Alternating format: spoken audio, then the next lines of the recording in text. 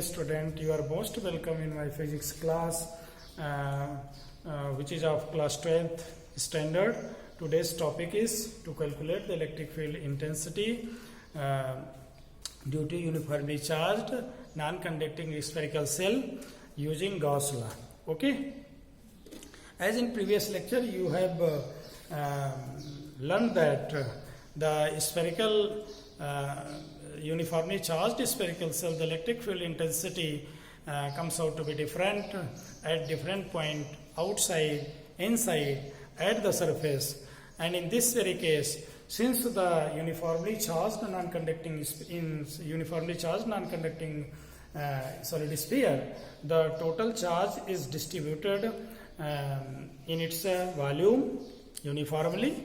That's why we have got certain different result as compared to the previous lecture. Let us look here. This is a non-conducting solid sphere of radius capital R, and rho b its uniform volume charge density.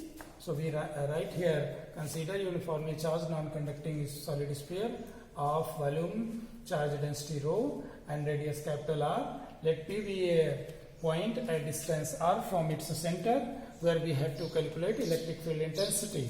As we have discussed that the electric field intensity has got different value at different point. So there are three situations here. First, point P lies inside, point P lies at the surface, and point P lies outside the spherical surface. Spherical sphere. So here we will take the point, if point P lies inside the sphere.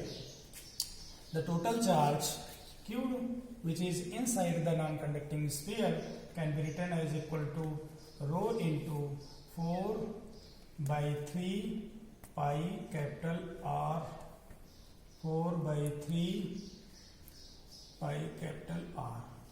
Why?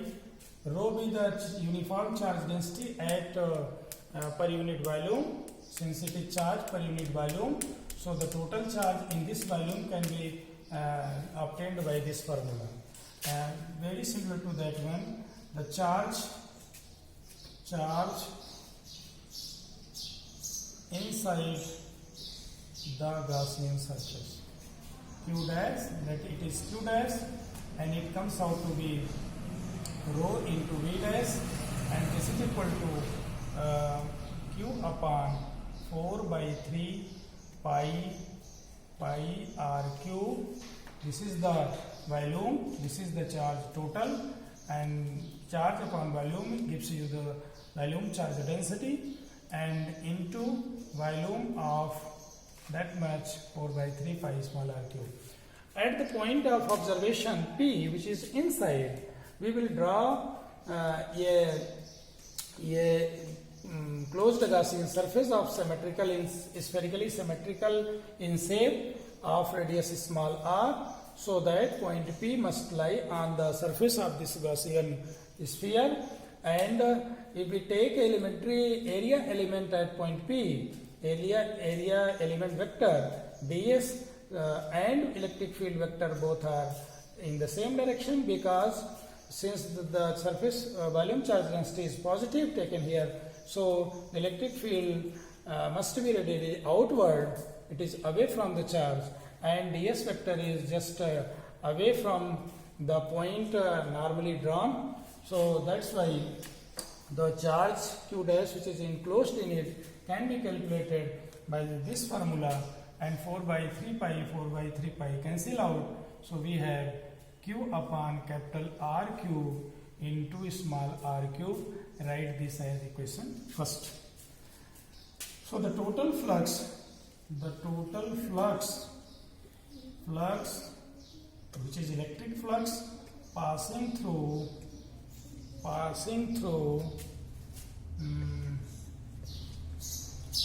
Gaussian surface by E, can be calculated as by closed surface integral E dot ds.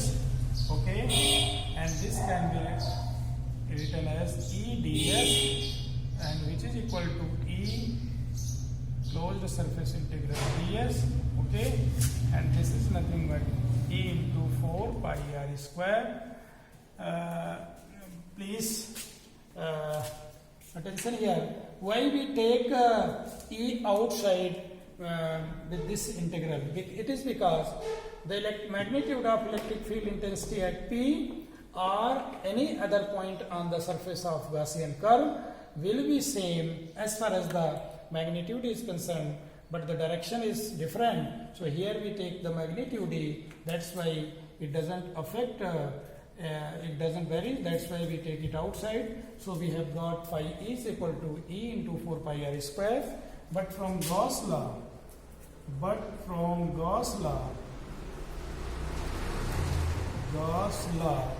phi E comes out to be Q dash upon epsilon 0, as in general equation phi written as Q upon epsilon 0. Since here charge enclosed is Q dash, so we write here Q dash, which is equal to, in place of Q dash we write this Q r cube upon capital R cube epsilon 0. If we replace Q by this formula, Q is equal to this much. So what we will get is that we replace Q as rho into 4 by 3 pi capital R cube into small r cube upon epsilon 0 capital R cube. Okay, so capital R cube cancel out. Okay, and we get this is as 4 by 3 epsilon 0 pi into 4 by 3 pi small r cube, okay, into rho. This write as equation 3. By comparing from equation second and third, what will we get? Compare करें अगर इन दोनों को तो हमें क्या मिलेगा? E into 4 pi r square is exactly equal to 4 by 3 pi small r cube into rho upon epsilon 0. 4 pi cancel, r square cancels cube, so we have E is equal to small r rho upon 3 epsilon 0. So we have got this expression E inner side, if point P lies inner side. It means E is proportional to R, and E at, if we take central point, it comes out to be 0. Since at center no charge will be included, there is no charge at center, or you can say here we write R is equal to 0, E is equal to 0, means from center to the up to the surface, the E varies in accordance with directly proportional to small r. It is very different to the earlier case in which E was come out to be 0 in case of uniformly charged spherical cell. But if we take point P at the surface, second case, if P lies at surface, it means, what does it means? R is equal to capital R. E can be written as equal to capital R into rho upon 3 epsilon 0. So R upon 3 epsilon 0. In place of rho, we can write this as Q upon 4 by 3 pi capital R cube. 3 cancel out. So we have 1 upon 4 pi epsilon 0 Q upon capital R square. This is the expression at the surface of the non-conducting solid sphere. It is very similar to that one which we have calculated in previous lecture, that ES in the spherically symmetric or uniformly charged spherical cell, ES comes out to be very similar to that one. Okay. Similarly, if point P, if P lies outside the sphere, then what will happen? It means small r is greater than capital R. Here I am not going to derive it because we have derived in the previous lecture. Please go through that lecture and you will find the derivation of this. And So we have expression E outside is equal to 1 upon 4 pi epsilon 0 Q upon small r square. Okay. So if we write all these three equations, if we take all these three equations here, E, where is E proportional to 1 upon r square, and E is constant and that has got maximum value, and E inside E is proportional to R. If we summarize in a vector diagram, let us utilize this sphere as in graph, and if we plot a graph between E and R, we get following results, which is like that. At center R is equal to 0, so E comes out to be 0, but R is equal to capital R is equal to minus R, and all these points here has got certain maximum value of electric field intensity, that is equal to ES.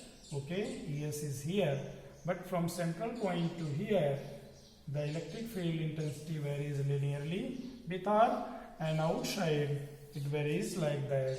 So we have different nature curve with respect to the spherically uniformly charged spherical cell.